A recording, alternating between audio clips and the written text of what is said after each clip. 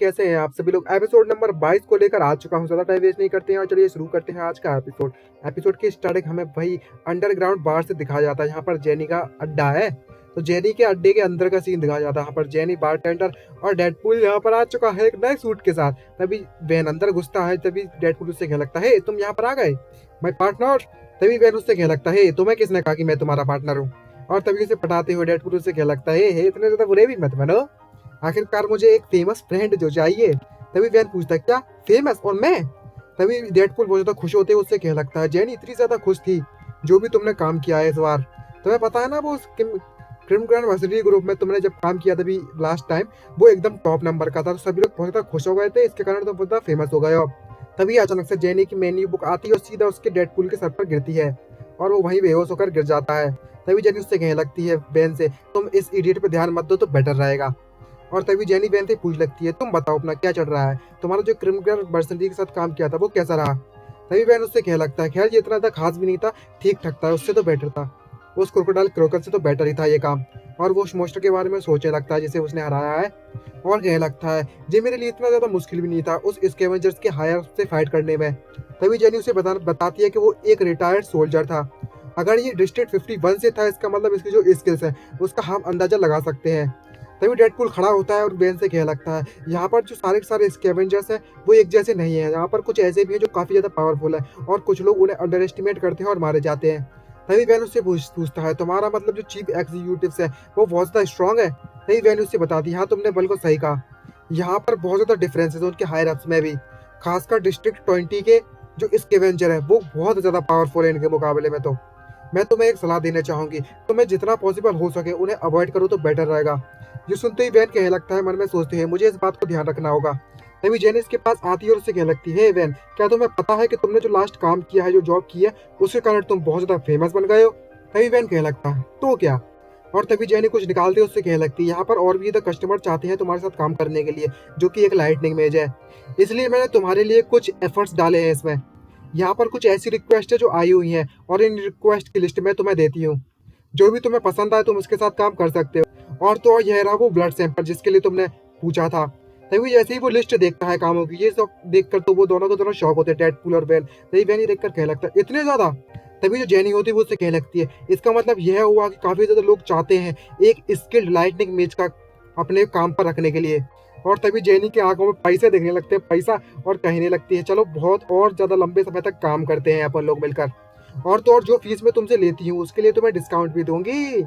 तभी डेडपूल ये सुनकर भड़क जाता है और कहने लगता है, हे जेनी तुम ये फेवरेटिज्म कर रही हो, ये सही नहीं है, तुम इसके साथ कुछ और मेरे साथ कुछ और।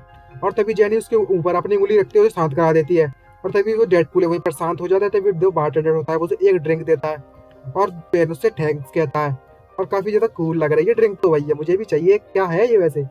तभी जो डेडपूल होता है वो भी कहने लगता है बारटेंडर से कि मुझे भी सेम देना इसकी तरह। तभी जेनी उससे बोल पड़ती है, मुझे 1 लाख सेल लगेगा इसके लिए।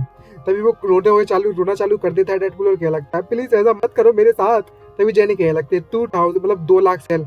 भाई साहब का तभी प्राइस तो वैसे बढ़ रही है, मजाक बना रखा है। और वैन उस ड्रिंक को पीते हुए वो फाइल चेक करता है। तभी हमें वैन के घर का सीन दिखाया जाता है। यहाँ वो लेनौज के रूप में आ जाता है और उसकी बॉडी कंडीशन बहुत ज्यादा खराब है और उल्टियाँ कर रहा है और सोचने लगता है कि मेरे जो अंदर की जो बॉडी पार्ट्स हैं वो वाकई में बहुत ज्यादा खराब हो चुके हैं और यहाँ का इसका असली चेहरा ये है लेनौज का। और मन में सोचते कहने लगता है, मुझे इस एल्कोहल को अपनी बॉडी से निकालना होगा ताकि जो वाइपर का अफेक्ट है वो सही हो जाए। और अब तो ये वाइपर अल्कोहल भी ना पी सकता, इतनी हालत खराब है इसकी बॉडी की। और तभी वो अपने कमरे में बेड के बगल में लेट जाता है उस फाइल को बगल में रखकर और कहने लगता है, मेरी जो बॉडी है वो वाकई में बहुत ज्यादा कमजोर है, मैं आराम करना चाहता हूँ। और वो अपनी फाइल की तरफ देखता है। यहाँ पर वो याद कर रहा था जेनी ने उसे फाइल दी थी, यहाँ पर काम कई सारे आए हुए थे एक ही बार में, और जेनी उसने उसे बताया था कि जितना जल्दी हो सके तुम एक काम को चुन लो और किसी एक को ही चुनना, क्योंकि जो काम है वो एक दूसरे ओवरलैप हो रहे हैं, तो मुझे बाकी सबको रिजेक्ट करना होगा जो भी तुम चुनोगे उसको देखकर। तभी वो उन फाइल्स को देखता है तो तुम्हें किसी की बॉडी गार्ड पोस्ट थी, तो किसी का मर्सनरी ऑफिस के लिए काम था, किसी का लेबोरेटरी एक्सपेरिमेंट सब्जेक्ट टेस्टिंग के लिए काम था। तभी अचानक से एक फाइल पर उसकी नजर पड़ती है, इसमें स्कैवेंजर्स के लिए भी काम था। और ये देखकर तो वो शॉक होता है, सरप्राइज होते पर वो सोचते कहने लगता है कि स्कैवेंजर्स तो ये भी नहीं सोचते कि मैंने उनके दुश्मनों के लिए काम किया था कुछ समय पहले, ये लोग तो वाकई में एक नंबर के क्रेजी हैं। मुझे लगता है जेनी को इसके बारे में पता नहीं होगा, या फिर ऐसा हो कि जेनी ने कहीं जानबूझ के तो इसको नहीं यहाँ पर रखा, ये वाकई में एक फॉक्स की तरह है। चलो देखते हैं यहाँ पर इंडिविजुअल क्विज को कौन सी काम करती है। मर्सनरी और गैंग्स का जो काम है मैं उससे दूर रहूँ तो बेटर रहेगा, और मैं उनको भी बाहर निकाल देता हूँ जो जल्द से जल्द डेडलाइन खत्म हो रही है उनकी। और आखिर में जो बचा हुआ है ये आखिरी, और तभी वो देखता है तो एक फार्मेक कंपनी की होती है ये, और जैसे ही देखता है कि ये एक फार्मेक्चुअल कंपनी है, आई मीन मेडिसिन वगैरह की कंपनी है, तो वो खुश हो जाता है और सोच में पड़ जाता है और मोबाइल पर सर्च करता है। और सर्च करते हुए कहने लगता है मैं लेट मतलब आजकल एक वेबसाइट पर ज़्यादा ध्यान दे रहा हूँ, एक ऐसी ऑनलाइन वेबसाइट जो सिटी गवर्नमेंट्स को द्वारा चलाई जाती है, और यहाँ पर हर तरह की चीज़ें बेची जाती हैं, और हर तरह की मेडिकल हब भी, और जितनी भी मेडिकल आइटम यहाँ पर रखे गए हैं ऑक्शन के लिए, उनमें से सिर्फ एक ही चीज़ है जो मुझे चाहिए, स्टार्निया फार्मा की फर्स्ट क्लास मेडिकल ड्रग, एक टैबलेट जिससे तुम्हारी जो माना कैपेबिलिटी है, तुम्हारी बॉडी की कंडीशन है वो ठीक हो जाएगी। ठीक नहीं, काफ़ी हद तक ठीक हो जाएगी ये कह रहा हूँ, लेकिन जो उसकी प्राइस है ना वो कतई बहुत ज़्यादा है, और जिसका नाम है स्टेमोनिया। ये एक इंडस्ट्रियल प्रोडक्ट है, और ये तुम्हारी जो बॉडी में वो थोड़ा इफेक्ट डालता है लेकिन परमानेंट। और मैं अभी इस हालत में नहीं हूँ कि मैं ये चुनूँ कि कौन सी बेटर है कौन सी नहीं, और मैं इस समय बहुत ज़्यादा डेस्परेट हूँ अपनी बॉडी कंडीशन को ठीक करने के लिए। एक ऐसी ड्रग ढूंढने में लगा हूँ या ऐसी मेथड जो मेरी इस पेनल्टी लाइक बॉडी को ठीक कर दे। और वो एकदम से सर्च करता है अपने मोबाइल पर और बोलने लगता है अब मैं इस फार्माक्यूटिकल की जो क्वेस्ट है उसे एक्सेप्ट करता हूँ, शायद मुझे यहाँ पर एक मेडिकल ड्रग भी मिल जाए जिससे मेरी कंडीशन ठीक हो जाए, और लाइट बंद करके सो जाता है। और शायद मुझे उस फार्माक्यूटिकल कंपनी से कुछ मदद मिल जाए जो मेरी इस स्लीपिंग पिल लेने की जो आदत है उससे ठीक हो जाए। और वो उसको देखने लगता है कि वहाँ पर क्या न्यूज़ है, और जैसे ही उस न्यूज़ में देखता है तो उसमें बताया था कि एक सोवर्जिनियन डोमिनियन फिलिपींस फल्कन सिटी में देखने के लिए आ रहे हैं कम से कम 2 महीने बाद। तभी मॉर्निंग हो जाती है और हमें बाहर का सीन दिखाया जाता है, और उस समय के बाद से कम 1 हफ्ता निकल चुका है, और हमें वैन को दिखाया जाता है जहाँ पर जो वैन है वो उस फार्मास्यूटिकल कंपनी के काम को लेने के लिए अभी समय था, तो उसने वांटेड क्रिमिनल्स को हंट करने का काम एक्सेप्ट कर लिया है, मतलब हंटिंग, बाउंटी हंटिंग। यहाँ पर वो एक क्रिमिनल्स को मारने के लिए उसके पीछे जा रहा है, और वो ये काम इसलिए कर रहा है ताकि वो अपनी सपोर्ट स्नाइपर के जो मैजिक स्किल्स हैं उसे चेक कर सके। और हमें दिखाया जाता है वो अपनी गन को और तब बेटर तरीके से चलाना सीख रहा है, और वो शूट कर देता है जिसके कारण उस बंदे पर गोली पहुंच जाती है और उसकी सुहा और खत्ता उसकी टांग को वहीं फोड़ देता है और वहीं पर रोना चालू कर देता है। और ये देखकर वैन बोलने लगता है ये चीज़ तो वाकई में काम करती है, सही सही ये बात तो सही है, जो मेरी गन है ये मेरे लिए बहुत ज़्यादा हेल्पफुल होगी जब तक मैं वहां तक नहीं पहुंचता हूँ, यहाँ तक मैं पहुंचना चाहता हूँ मैजिक में, और उसे शूट कर देता है। तभी वहां से जाते हुए वैन को दिखाया जाता है जो मन में सोचते हुए कहने लगता है लेकिन यहाँ पर कुछ लिमिट्स हैं, भले ही मैं इन स्पेल्स का इस्तेमाल करूँ, ये स्पेल्स मेरी सिर्फ शूट ज़्यादा तेजी से और ज़्यादा पावरफुल शूट करने में मदद करेंगे।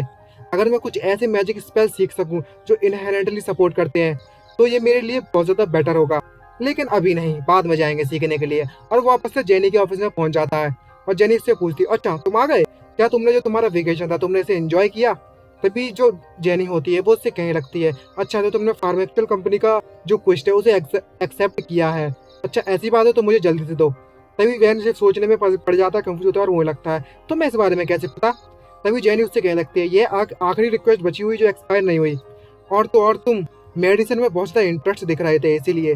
तभी वैन उससे कहने लगता है खैर ये सब छोड़ो, मुझे ये काम करना है, और वो फाइल उसे पकड़ा देता है। तभी जेनी उससे कहती है जरा एक सेकंड रुको, कोई ना कोई उस एमएनएक्स फैक्ट्री से जरूर आया कंपनी से, तब तक मैं उससे बात कर लेती हूँ, और वहीं पर बैठ जाता है। तभी अचानक से कोई उससे बात करते बोलता अच्छा तो वो तुम हो जो कि जेनी के न्यू कस्टमर हो।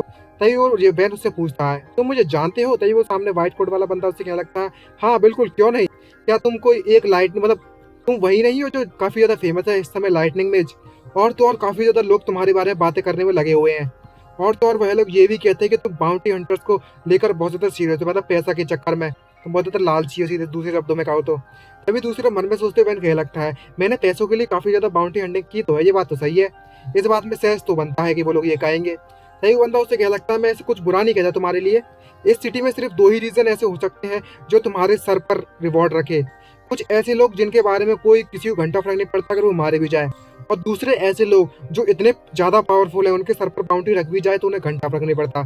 तभी वैन उससे क्या लगता है अच्छा तो 2 उल्टी साइड बता रहे हो तुम स्पेक्ट्रम की, तो तुम कौन हो ये बताओ। तभी वो बंदा उससे क्या लगता है समय की बात करें तो, और अपनी जेब से कुछ निकालने लगता है, और तभी उसकी तरफ कुछ फेंकता है अपनी जेब से निकालते हुए, कुछ कार्ड जैसा उड़ता हुआ जा रहा है जो कि बहुत ज़्यादा पावरफुल तरीके से जा रहा होता है एकदम साइकेट्रिक तरीके से।